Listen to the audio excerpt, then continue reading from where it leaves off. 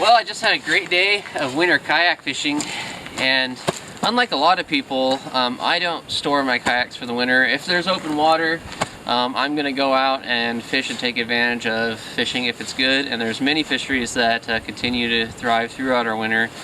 But you know, you look around me, air temps are in the low 30s, lows were in the 20s this morning. There's tons of snow everywhere. It's very cold, so there are some inherent risks with wintertime kayak fishing, but you can mitigate for those risks by wearing the right gear and prepping the right gear for your day out on the water. And that's in the rare event that you do go in the water, or if there's an accident, it's going to increase your probability of survival. So I'm going to go over some of the safety gear I use and wear in order to protect myself during cold weather kayak angling, and also I'm going to talk briefly about when should you be wearing your cold weather kayak gear. So that's the first question I get asked a lot, as well, when should I be doing anything special to prep myself for cold weather kayak fishing? And my answer is I use the 120 degree rule, and that is if the air temps and the water temps do not add up to exceed 120 degrees Fahrenheit, then you should be wearing some sort of immersion gear to protect you if you go in the water. There are some exceptions to this. The exceptions being that even if I'm going out in the ocean, and sometimes we will get near ocean or near shore ocean temps above 60 degrees, I'm still going to wear my immersion gear because there's some high probability that I might go in the water when landing in the surf, and also it may take a long time to rescue in the event that something bad happens out there. That just buys me extra time to be bobbing around in the ocean and still be relatively comfortable, and also buys me extra time for self-rescue.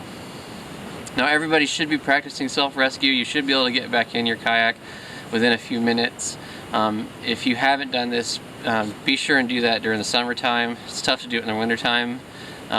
But do it during the summertime just so you get comfortable doing that. Do it with your dry suit on if you're gonna be wearing immersion gear. That way you're comfortable doing that. All right, let's talk about safety gear. First and foremost, you've got to have a PFD on. One of the dangers about going in cold water is the body will sometimes do a gasp reflex. That is where during the sudden shock and exposure to the cold water will cause you to gasp. If you're underwater, that's accelerating your process of drowning. You've already taken your first breath of water. If you don't have a PFD to bring you back to the surface, then that's pretty much it. Your life's over. You're not going to recover from that.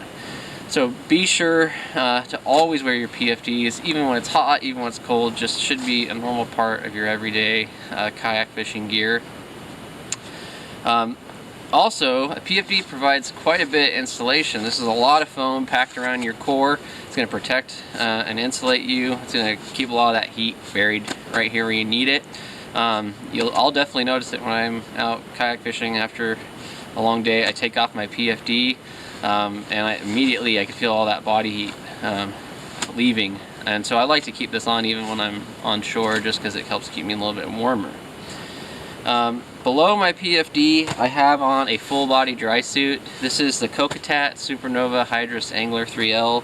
I really love this dry suit. It keeps me warm, keeps me dry, and it's fully waterproof. I have booties that run all the way up through here.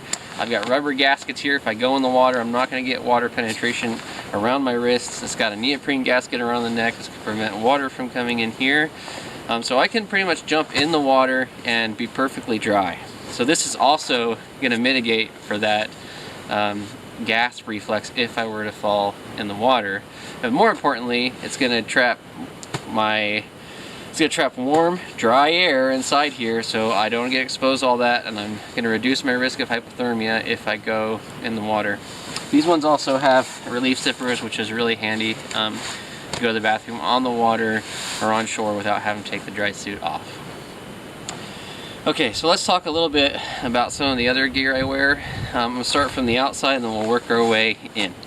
I always wear wool or neoprene gloves. The reason I choose these materials is because both of those materials still function to keep you warm even when wet. So I'm really not a fan of any cotton or leather based gloves. They just tend to, as soon as they get wet, they tend to just suck the heat right out of your hands. Wool is a magical material, really. It can keep you warm even when wet. I always carry two pairs. I carry one pair here, and I carry another pair inside, tucked between my PFD and my dry suit. If this pair gets wet, I can take it off, switch it out, shove that in there. The body heat that's trapped in here will dry out my gloves pretty quickly, so I'm always have a nice warm dry pair if I need a backup. And your hands will just get wet. It just happens. You're handling fish, you drop something in the water, you have waves come over and catch your hands when you're in the kayak. So this is probably the most challenging part of the body to keep warm is the hands, but you know, with a couple pairs of gloves you can do that. On top of my head I wear a ball cap to protect my eyes from sunshine, but also over the top of that I'm wearing my winter hat. And the reason I like to do that is just trapping more air in here. Also, if I get snow or anything, it's not going to get on my glasses. But it's just a double layer in there that keeps me nice and warm. Around my neck I wear a polar fleece buff. I can pull this up over my face, and I can lock off most of my face from exposure if there's high winds. Okay, so that's pretty much what I wear on the outside, and then the dry suit protects the rest of the outside all the way down to my neoprene booties from NRS that fit over the socks of the dry suit. So neoprene, like I said, it still has insulative values even when wet, so that protects my feet, helps keep them a little warm as well. It gives me traction on shore and also on my pedal drives. Okay, so I'm gonna get this off and I'll show you the base layers I'm wearing underneath. Okay, so I got that dry suit off. Now let's talk about what I'm wearing under that dry suit to keep me warm. And the main thing that you need to remember is no cotton. You cannot have cotton underneath your dry suit. Cotton is just absolutely the worst material in terms of keeping you warm. And the primary reason for that is cotton will grab and hold on to moisture and hold it close to your body. When your objective is to move moisture away from the body, you want to wick that moisture away. Those dry suits are breathable dry suits. It will help to expel that moist air that you're naturally producing through perspiration and respiration through your skin. You need to get that moisture out and away from your body, or else you're going to start to get cold.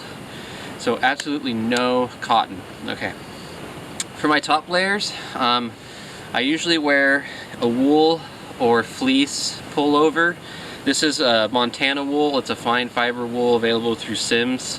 It's very soft, it's not scratchy, but fleece is just as good. It keeps you nice and warm, traps lots of air.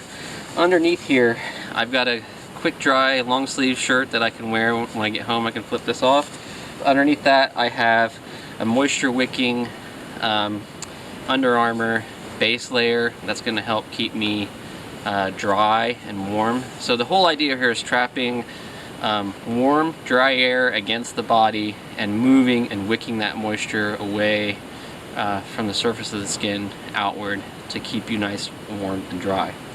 I could wear more layers underneath if I need to, but generally with these layers and my dry suit and my PFD, my core stays plenty warm, especially if I'm doing any kind of active fishing like cast and retrieving or trolling.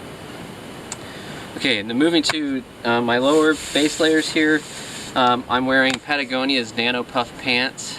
These are extremely warm and very thin. They have goose down inside them. What I like about these down pants is, again, they're moisture wicking. They have this slick surface, which allows me to get in and out of my dry suit easily, and I don't get my pants won't bind up as I'm pulling the dry suit on. This nice slick material slides right down and stays right around my ankle to get uniform coverage down my leg inside the dry suit. Underneath the Nano Puff pants, I've got heavy fleece thermals on underneath that. The fleece, I think this is 300 weight, also wicks moisture away, and that traps plenty of that heat against my legs. And then for me, the most challenging part to keep warm is my feet.